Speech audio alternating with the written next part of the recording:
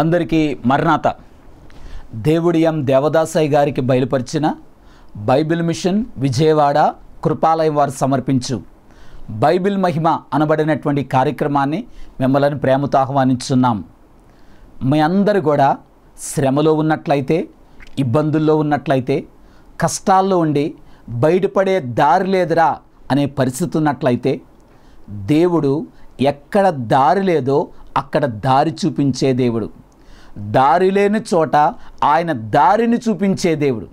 ఈ వాక్యాన్ని నేను మీతో మాట్లాడబోతున్నాను.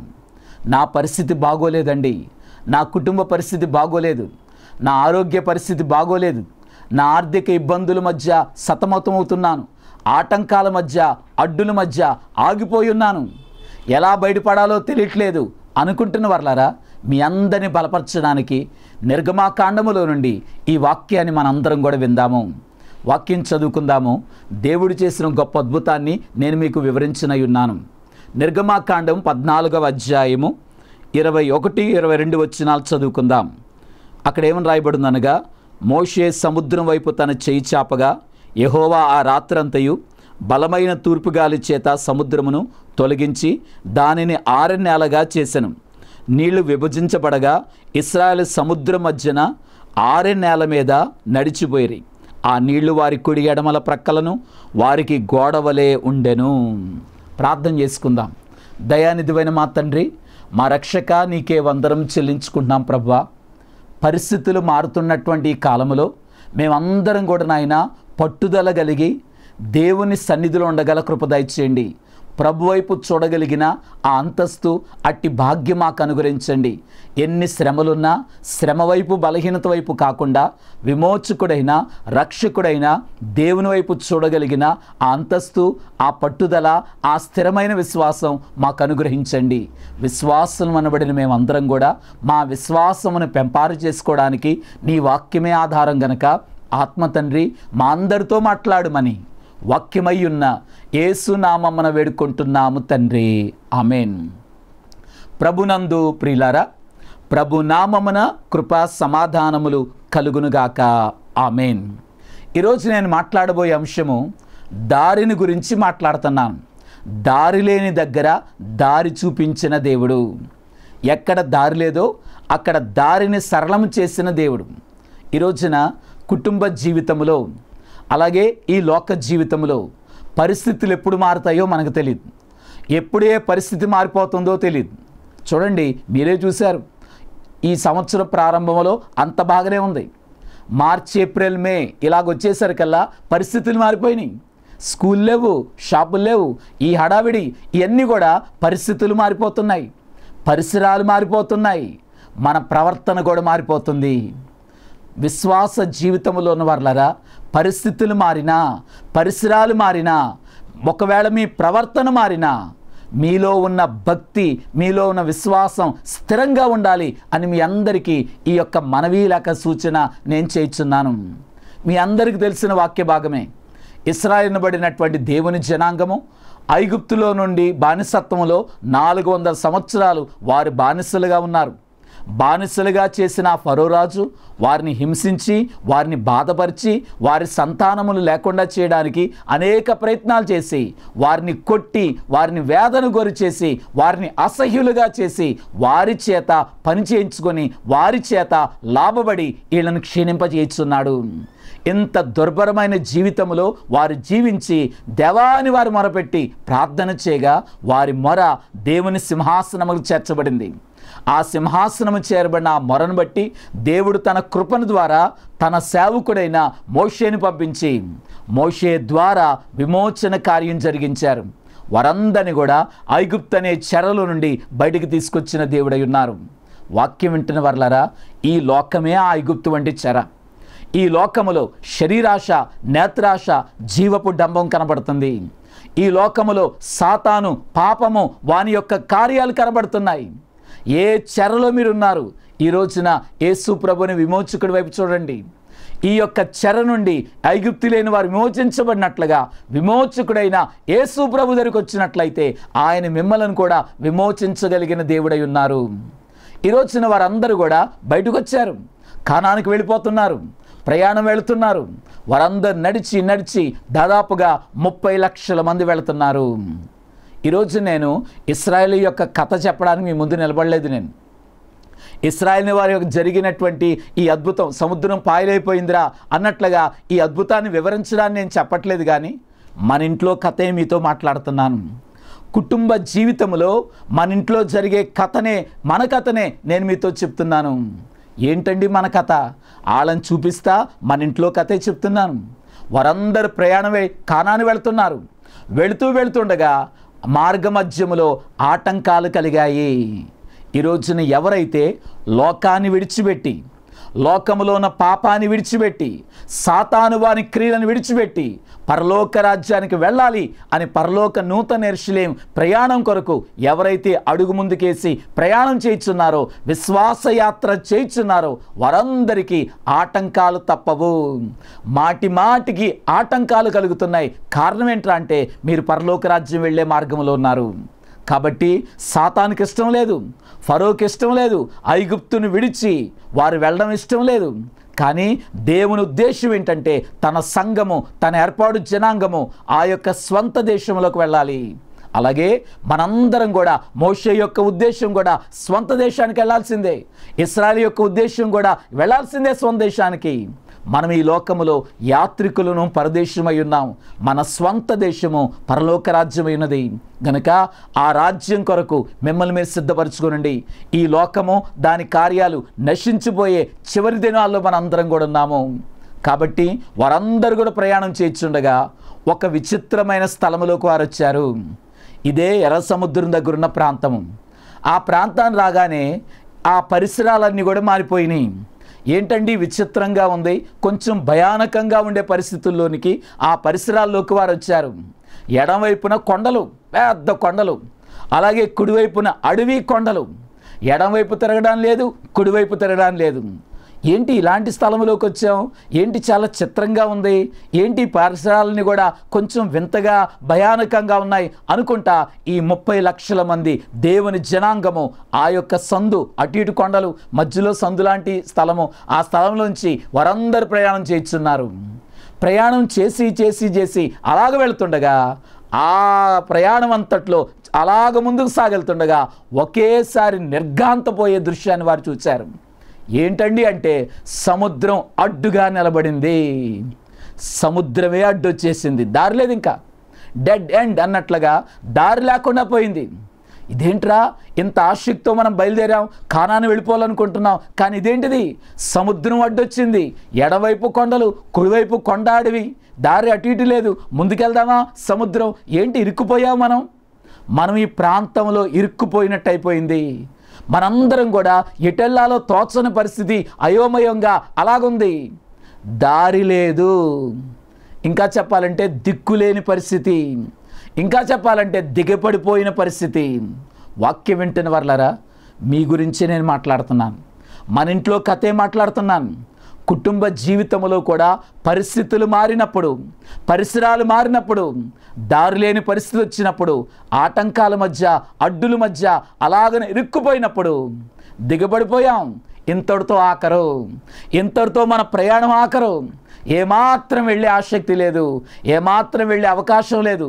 సముద్రం దాటాలంటే ఎవరు దాటారండి? నది దాటాలంటే పడవ కావాలి. సరే, పడవలు తయారు చేద్దామా? అరణ్యంలో పడవలు ఎక్కడ దొరుకుతాయి? ఆ పడవలు ఎక్కుదామా? ఎంతమంది ఎక్కుతారు?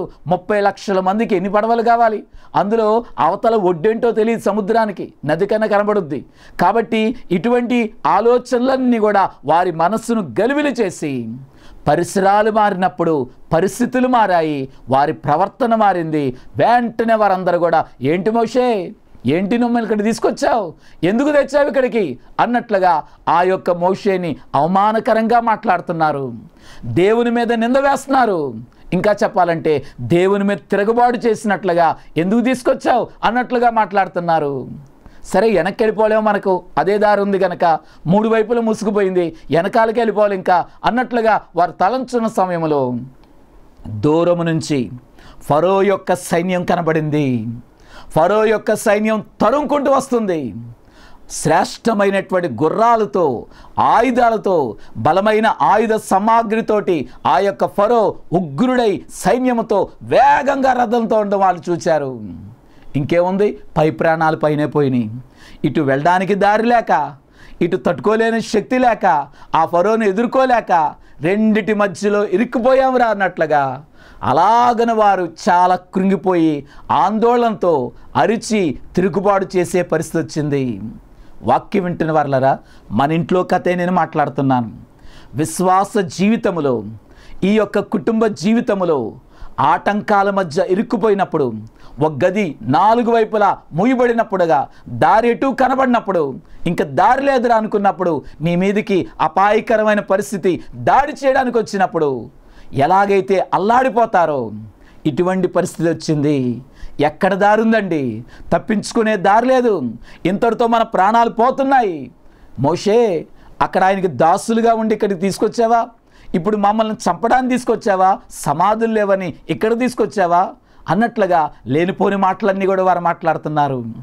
ఈరోజు వాక్యం వింటున్న వారలరా, కష్టం వచ్చినా కానీ, నష్టం వచ్చినా కానీ, ఇష్టం లేని పరిస్థితి ఉన్నా కానీ, ఒకవేళ మీరు భ్రష్టుడైపోయినా కానీ ఎన్నడూ కూడా దేవుని అపార్థం చేసుకొనొద్దు, పరిశుద్ధుని అపార్థం చేసుకొనొద్దు. దేవుడు మన పక్షం ఉండే దేవుడు. అడ్డులన్నీ కూడా అలాగున్నప్పుడు, ఆటంకాల మధ్య దారి లేని పరిస్థితిలో నేనున్నానని అని కృంగిపోతున్న వారలారా, ఎక్కడ దారి లేదో అక్కడ దారి చూపించే దేవుడు. మన జ్ఞానానికైతే, ఇశ్రాయేలు జ్ఞానానికైతే అక్కడ దారి లేదంటున్నారు. ఎక్కడ దారి లేదంటున్నారో దేవుడు అక్కడ దారిని చూపించే దేవుడై ఉన్నారు. ఎక్కడ సమస్య ఉందో అక్కడే దేవుడు పరిష్కారాన్ని చూపించగలడు. యేసు ప్రభు 3 రోజులు కోటాన్ని కొండ మీద ప్రసంగం చెప్పారు. అందరు జనం వచ్చారు. 5,000 మంది పురుషులు, యవనస్తులు, స్త్రీలు, ముసలివాళ్ళు, అలాగే ఏదైనా మరి కుంటివారు, గుడ్డివారు అలాంటి వాళ్ళు ఇలాగ లెక్కేసుకున్నట్లయితే దాదాపుగా 20,000 మంది దాకా కూర్చున్నారు. 3 రోజులు వాక్యం విన్నారు. ప్రభు ఏమన్నా శిష్యులను పిలిచి వీళ్ళందరికీ భోజనం పెట్టండి అన్నారు. ఆకలితో ఉన్నారు, భోజనం పెట్టండి అన్నారు. ఇదే సమస్య. యేసు ప్రభు ఏంటిది, ఇప్పుడు భోజనం పెట్టాలంటే ఈ 1,000 మందికి 20,000 మంది పైనే ఉన్నారు, వీళ్ళందరికీ భోజనం పెట్టాలంటే ఇప్పుడు వండాలంటే డబ్బులు ఎక్కడున్నాయి? ఏంట్రా మనల్ని చేయమంటున్నారు యేసు ప్రభు? మందరి డబ్బులు ఎక్కడై? ఆయన వెనకాలే కదా మనం తిరుగుతున్నాం. మందరి డబ్బులు ఎక్కడున్నా? అందరిని వదిలేసి వచ్చాం కదా, మనల్ని భోజనం పెట్టమంటారంటే యేసు ప్రభు ఎలా పెడతాం? అందులో డబ్బులు అప్పు తేవాలి. అప్పు తెచ్చినా ఇప్పుడు వెళ్ళి సరుకులు కొని ఇప్పుడు వెళ్ళి వంటలు తెచ్చి వంట వంటలను తెచ్చుకొచ్చి డేక్షాలు పెట్టి వంటలు వండి పొయ్యి వెలిగించి ఏనే చేశారు, పుణ్యకాలం అయిపోద్ది, వీళ్ళందరికీ ఎప్పుడు పెట్టగలుగుతాం? ఇది జరిగే పని కాదు, మనం పెట్టలేం వీళ్ళకి భోజనం అని అందరు అనుకున్నారు. ఎక్కడ సమస్య ఉందో అక్కడే పరిష్కారం ఉంది. మనుషులకు కనబడట్లేదు, దేవునికి కనబడే కార్యమై ఉన్నది. ఒక అబ్బాయి దగ్గర 5 రొట్లు 2 చేపలు ఉన్నాయి, అదే పరిష్కారమైనది. వాక్యం వింటున్న వారలారా, నా జీవితం కూడా ఇలాగే ఉంది, నా పరిస్థితులు కూడా ఇలాగే ఉన్నాయండి. నా జీవితంలో కూడా ఎటువంటి ఆందోళనతో ఉన్నాను, బయటపడే దారి లేదు. నా పరిస్థితులన్నీ మూసుకుపోయాయి, దారులన్నీ మూసుకుపోయినాయి, నన్ను ఏం చేయమంటారండి అని అనుకుంటున్న వారలారా, శ్రమ వైపు చూడొద్దు, మీ కలిగిన దుస్థితి వైపు చూడొద్దు, దేవుని వైపు మనందరం చూద్దాము. ఆయన తోడుకొని పోయే దేవుడు, ఆయన తోడుకొని వెళ్ళే దేవుడు, ఇమ్మానుయేలు దేవుడు. ఇమ్మానుయేలు అనగా అర్థము దేవుడు మనకు తోడు. ఆయన అడ్డుపడే దేవుడు. ఇశ్రాయేలు వారికి సముద్రం ఒక అడ్డు, ఇశ్రాయేలు వారికి అరణ్యం ఒక అడ్డు, ఇశ్రాయేలు వారికి ఆహార కావాల్సిన అవసరతలు ఇవన్నీ ఒక అడ్డు. ఎన్ని అడ్డొచ్చినా దేవుడు అడ్డుపడి వారందరి పక్షంగా ఆయనేనున్నాను అన్నట్లుగా తోడుకొని వెళ్ళిన దేవుడై ఉన్నారు. నిన్న నేడు ఏకరీతిగా ఉన్న తండ్రి నీ జీవితంలో కూడా ఆయన తోడుగా ఉండే దేవుడు అని మీరందరూ కూడా గమనించవలసిన వారై ఉన్నారు. వాక్యం వింటున్న వారలారా, ఇవి మీ అందరికి కూడా తెలిసిన విషయాలే. మళ్ళీ నేను మిమ్మల్ని బలపరచడానికే ఈ విషయాలను జ్ఞాపకం చేస్తున్నాను. ఆటంకాల మధ్య ఉన్న ఇశ్రాయేలు వారందరూ మొరపెట్టగా ఊరుకోనండి, దేవుడు ఉద్ధరిస్తారు అని చెప్పగా వారు ఊరుకున్నారు గనక మోషే ప్రార్థన చేశారు. అవతల ఒడ్డుకు వారు చేరుకున్నారు. సముద్రాన్ని దేవుడు చీల్చేశారు. సముద్రాన్ని దేవుడు 2గా పాయలు చేశారు. సముద్రము దేవుని మాట విన్నది. రెండోదిగా నీళ్లు గోడవలే నిలబడండి అన్నారు. నీళ్ళ యొక్క సహజ స్వభావం ఏంటంటే కారిపోతూ ఉంటాయి, నిలబడవు నీళ్లు. కానీ ఇప్పటిదాకా మట్టి గోడలు, సిమెంట్ గోడలు, చెక్క గోడలు ఇవన్నీ చూసుకుంటారు. ఎప్పుడైనా నీటి గోడలు చూసారా? నిలబడవు నీళ్లు అని దేవుడు ఆజ్ఞాపించగా నీళ్లు దేవుని యొక్క మాట విన్నాయి. గాలి దేవుని యొక్క మాట విని 6 నెలలుగా చేయమనగానే ఆ నెలంతా కూడా 6 నెలలైపోయింది. మరి చరిత్రకారులు రాసిన విషయం ఏంటంటే దాదాపుగా 4 మైళ్ళు దూరము ఆ యొక్క దారి ఏర్పడింది. 2 మైళ్ళు వెడల్పుతోటి ఆ యొక్క దారి ఏర్పడింది. సముద్రం మధ్యలో నుండి ఈ ఒడ్డు నుండి ఆ ఒడ్డుకి వారందరూ చేరిపోయారు. ఈ దరి నుండి అవతల దరికి వారందరూ కూడా, ఇశ్రాయేలు వారందరూ కూడా సాగిలిపోయారు. ఎక్కడ దారి లేదన్నారో దేవుడు అక్కడ దారి చూపించే దేవుడు. చూడండి, ఆటంకాల మధ్య ఉన్నప్పుడు దేవునికి తెలీదా దారి? దేవుడు రాంగ్ రూట్లో తీసుకొచ్చారా అని అనుకుంటున్నారు వాళ్ళందరూ. వారందరికీ బాప్టిజం ఇప్పించడానికి, వారందరికీ రక్షణ ఇవ్వడానికి దేవుడు చేసిన కార్యము, దేవుని ప్రణాళిక అన్న సంగతి వారు గుర్తించలేకపోయారు. మన జ్ఞానం ఏ పాటిది? శ్రమలో ఆటంకాల మధ్య ఉన్న వాళ్ళరా, దేవుని యొక్క ప్రణాళిక ఏమైందో నిన్ను శ్రమలో పెట్టి ఆయన పాఠం నేర్పిస్తున్నాడు అన్నట్లుగా శ్రమలో ఉన్న నీవు శ్రమ వైపు చూడొద్దు కానీ దేవుని శక్తి వైపు చూడండి. నీ బలహీనత వైపు చూడొద్దు కానీ యేసయ్య యొక్క బలం వైపు చూడండి అని మీ అందరికీ ఈ వాక్యం ద్వారా నేను ప్రకటన చేస్తున్నాను. ఈ రోజున ఈ విషయాన్ని ఒకసారి మళ్ళీ జ్ఞాపకం చేస్తున్నాను. ఏమనగా, సముద్రాల్లో నుండి దేవుడు వారికి దారి ఇచ్చిన దేవుడు. ఎక్కడ దారి లేదో అక్కడ దారి వచ్చింది. చూడండి, సముద్రం పెద్దదా, నది పెద్దదా అంటే సముద్రమే పెద్దది. పోనీ చెరువు పెద్దదా లేకపోతే నది పెద్దదా అంటే నదే పెద్దది. కాలువ పెద్దదా, చెరువు పెద్దదా అంటే చెరువే పెద్దది. మీ యొక్క జీవితంలో ఇప్పుడు నేను 4 మాటలు చెప్పాను: సముద్రము, నది, చెరువు, కాలువ. మీ యొక్క కుటుంబ జీవితంలో ఈ 4 ఏ రీతిగా ఉన్నాయో, ఈ 4 రకాలైన కష్టాలు అనుకుందాం. సముద్రం వంటి కష్టం మధ్య మీరు ఉన్నారు, ఇరుక్కుపోయి ఉన్నారా? లేకపోతే నది వంటి కష్టం దగ్గర నిలబడిపోయి ఏడుస్తున్నారా? చెరువు వంటి కష్టం దగ్గర ఏడుస్తున్నారా? కాలువ వంటి కష్టం దగ్గర నిలబడి అయ్యో అని గలిబిలైపోయి సతమతం అవుతున్నారా? ఏ కష్టం దగ్గర నిలబడ్డారు? అన్నిటికంటే పెద్దది సముద్రమే. సముద్రం అంత కష్టం వచ్చింది ఇశ్రాయేలు వారికి. సముద్రం అంత కష్టం వచ్చి పడగా దేవుడు ఆ కష్టాన్ని పాయలు చేశారంతే. సముద్రాన్ని పాయలు చేసిన తండ్రి నీ కాలవనే కష్టాన్ని తీసేయలేడా? ఆలోచన చేయండి. సముద్రం అంత కష్టములేనే వారందరినీ అవతల ఒడుగు తీసుకెళ్ళిన గొప్ప దేవాది దేవుడైన తండ్రి కాల వంటి నీ కష్టాన్ని, చెరువు వంటి నీ కష్టాన్ని, ఒకవేళ నది వంటి నీ కష్టాన్ని కూడా ఆయన పాయలు చేయలేడా? పాయలు చేసి చీల్చి అలాగన దేవుడు వారికి దారిచ్చారు. గాలి దేవుని మాట విన్నది, నీళ్లు దేవుని మాట విన్నాయి, అలాగే సముద్రం దేవుని మాట వింది. మనం కూడా దేవుని మాట విందాము. ఈ రోజున మీ అందరిని బలపరచడానికి ఏ రీతిగా ఎక్కడైతే దారి లేదో అక్కడ దారి చూపించే దేవుడై ఉన్నారు. ఒక అంశాన్ని మీరు గుర్తుపెట్టుకోనండి. ఇశ్రాయేలు వారందరూ కూడా ఊహించలేదు ఫరో మీదకి వస్తాడని సైన్యంతో. కారణం ఏంట్రా అంటే ఐగుప్తును వదిలేసి మనం వచ్చాం, చాలా దూరం ప్రయాణం చేశాం, అయిపోయింది కథ అని అనుకుంటున్నారు. లోకాన్ని విడిచి దేవునిలోకి వచ్చిన వాళ్ళరా, లోకాన్ని విడిచేశాం, సాతాను విడిచేశాం. లోకంలో ఉన్నప్పుడు నేను చెడ్డగా ఉన్నాను, చెడ్డ అలవాట్లు, చెడ్డ కార్యాలు, చెడ్డ పనులు వదిలేశాను, అన్నీ వదిలేసి దేవునిలోకి వచ్చాను అని అలా నడిచెళ్ళిపోతున్నాం విశ్వాస జీవితంలో. కానీ మన మీద సాతాను కన్నేసుంటాడు, జాగ్రత్త అని మీకు చెప్తున్నాను. 3 కళ్ళు మిమ్మల్ని గమనిస్తూ ఉంటాయి.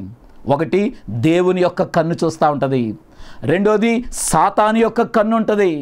ఫరోకి ఎప్పటికప్పుడు సమాచారం వెళ్ళిపోయింది, ఎక్కడున్నారు వీళ్ళు, ఏం చేస్తున్నారు అని ఫరోకు తెలుస్తుంది. ఫరో ఏమనుకున్నాడంటే ఇరుక్కుపోయారండి వీళ్ళు.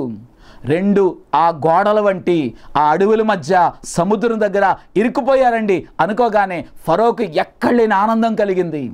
ఎందుకొరకంటే వాళ్ళు ఇరుక్కుపోయారు కనుక మన చేతికి చిక్కారా, ఎలాగైనా వాళ్ళు పగ తీర్చుకుందాం అనే రోషంతో, కోపంతో వస్తున్నాడు. సాతాను యొక్క పనిదే. ఎప్పుడైతే నీ పరిస్థితులు ఇలాంటి భయానకమైన పరిస్థితుల్లో తలంపుల మధ్య నీ ఉంటావో, సాతాను దాన్ని అనుకూలపరుచుకోవడానికి, నీ విపరీతమైన పరిస్థితిని తనకు అనుకూల పరిస్థితిగా మార్చుకోవడానికి సాతాను గమనిస్తూ ఉంటాడు కనుక మనల్ని దాడి చేస్తాడు. జాగ్రత్త. సాతాను యొక్క కన్ను, లోకము యొక్క కన్ను మనల్ని గమనిస్తూనే ఉంటుంది అని మీరందరూ కూడా తెలుసుకునవలసిన వారై ఉన్నారు. వాక్యం వింటున్న వారలారా, ఫరో వేగంగా సైన్యంతో వచ్చాడు. నేను అడుగుతున్నాను, ఎందుకు వచ్చాడు వేగంగా? అంత వేగంగా వచ్చి ఎక్కడ పడిపోయాడు? వచ్చి పరుగున ఇరుక్కున్న రాళ్ళు పట్టుకుందామని వచ్చాడు. పట్టుకుందామని వేగంగా వచ్చి ఆయనే సముద్రంలో పడ్డాడు. వేగంగా రావడం ఎందుకు, సముద్రంలో పడ్డం ఎందుకు? పిల్లల్ని నీళ్ళలో చంపారు, దేవుడి వీళ్ళందరి నీళ్ళలోనే ఆయన చంపేశారు. ఈ రోజున ఈ యొక్క కార్యాన్ని, వాక్యాన్ని వింటున్న వారలారా, ఎక్కడ దారి లేదో దేవుడు అక్కడ దారి ఇవ్వగలిగిన దేవుడు.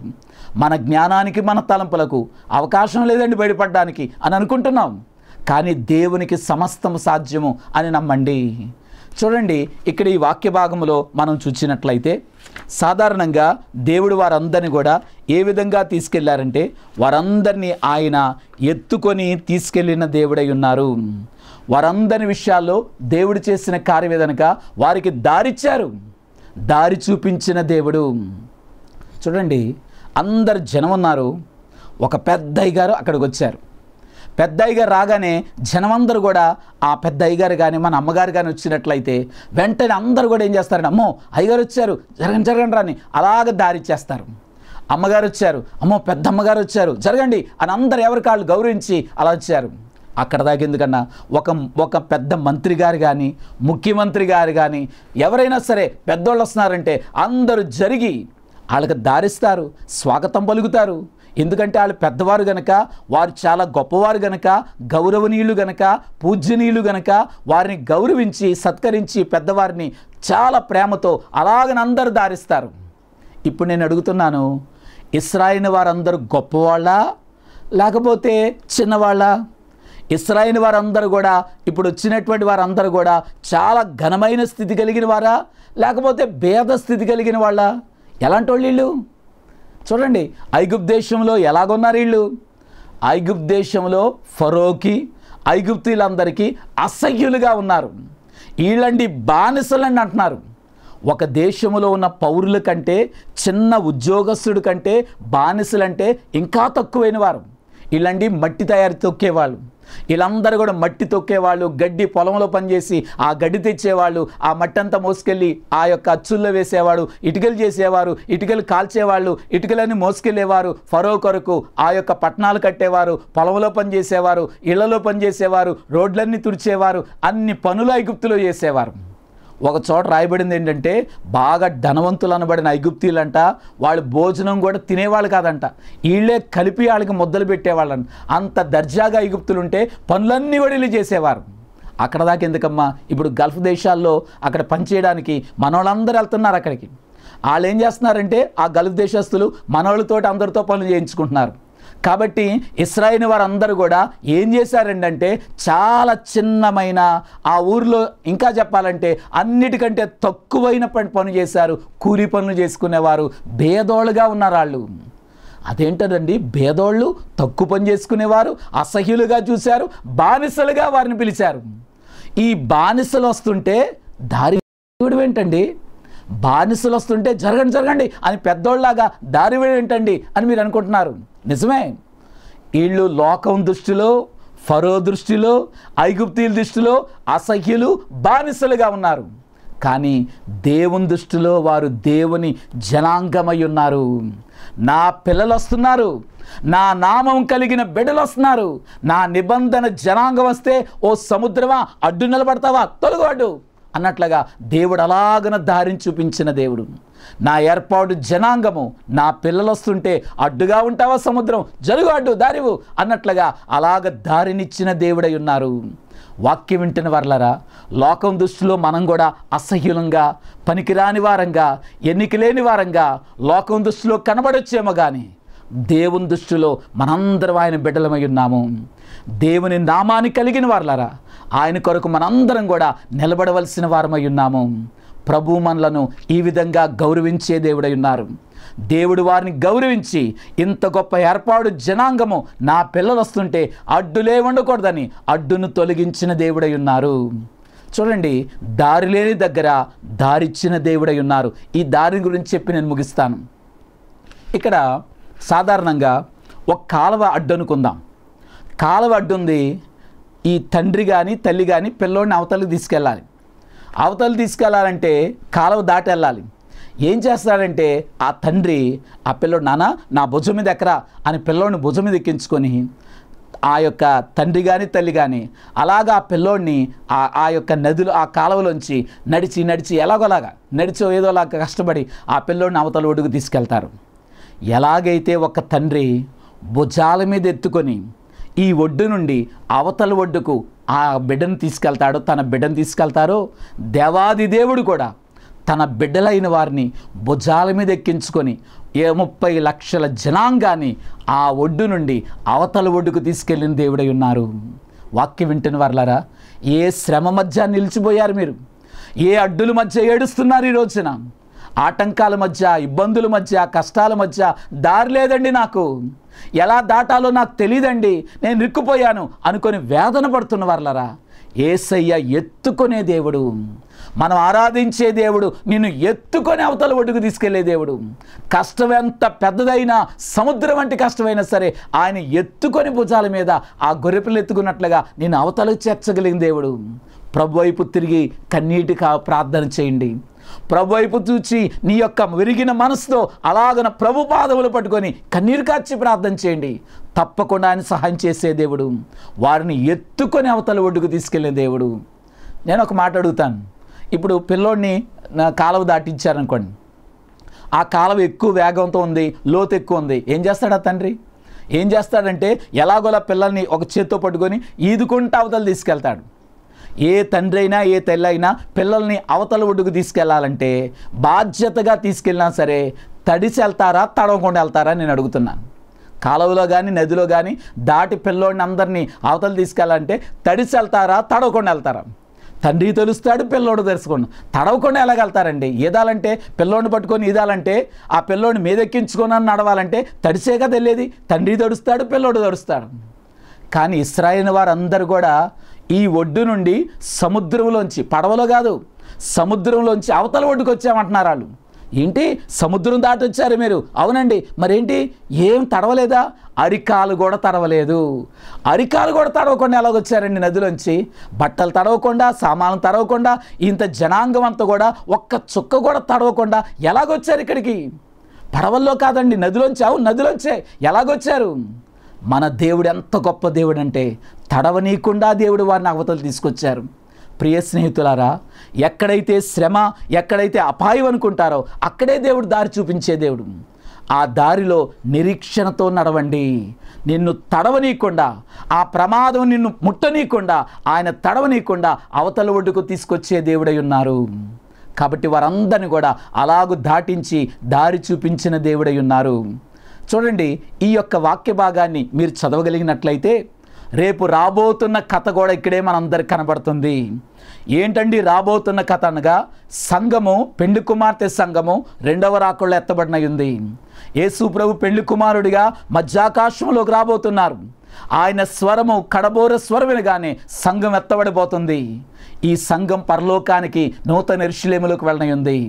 7 లోకాలు, దేవలోకము, దేవుడుండే స్థలము, దేవదూత లోకము, దూతలుండే స్థలము, ఆ తర్వాత మోక్షలోకము, ఆ మోక్షలోక 3 భాగాలు, రక్షితుల మోక్షము, అలాగే నూతన యెరూషలేము, ఆ యొక్క పరదేశు, నూతన యెరూషలేము, పరదేశు, రక్షితుల మోక్షం, అలాగే నూతన యెరూషలేము, ఆ తర్వాత వాయుమండలోకం, ఆ తర్వాత భూలోకం. ఇలాగుండగా భూలోకములో ఉన్న సంఘము పరలోకానికి నూతన యెరూషలేము వెళ్ళాలి. ఆ నూతన యెరూషలేము వెళ్ళాలంటే మధ్యలో వాయుమండల లోకం ఉంది. మికాయేలు దూత నిలబడి, ఇదిగో వాయుమండలంలో బంధించబడిన సాతాను అనుచరులు, దురాత్మ సైన్యములారా, దయ్యములారా, భూచములారా, ఎవరైతే నిలబడి ఉన్నారో ఇదిగో పెండ్లి కుమార్తె రాబోతుంది, జరగండి అన్నట్లుగా, దారివ్వండి అన్నట్లుగా, ఆ సముద్రాన్ని పాయలు చేసి చీల్చినట్లుగా వాయుమండల లోకములో ఉన్న దురాత్మలను అలాగన పారద్రోలి మార్గం సరళం చేసి పెండ్లి కుమార్తెను స్వాగతం పలుకుతా అలాగ తీసుకెళ్ళబోయే కార్యం జరగబోతుంది. కాబట్టి రేపొద్దున రెండవ రాకడలో జరిగే కార్యము ఇక్కడ మనందరికి కనబడుతుంది.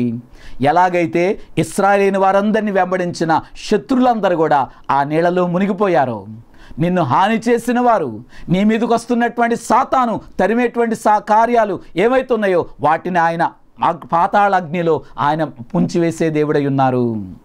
ఆ మీదట మనం చూసినట్లయితే ఎలాగైతే వారందరినీ ఆ యొక్క కనబడకుండా దేవుడు చేశారో మరెన్నడూ మీరు చూడరు అని మోషే చెప్పినట్లుగా శత్రువులను వారు చూడలేదు ఇంకెప్పుడు ఐగుప్తుల్ని.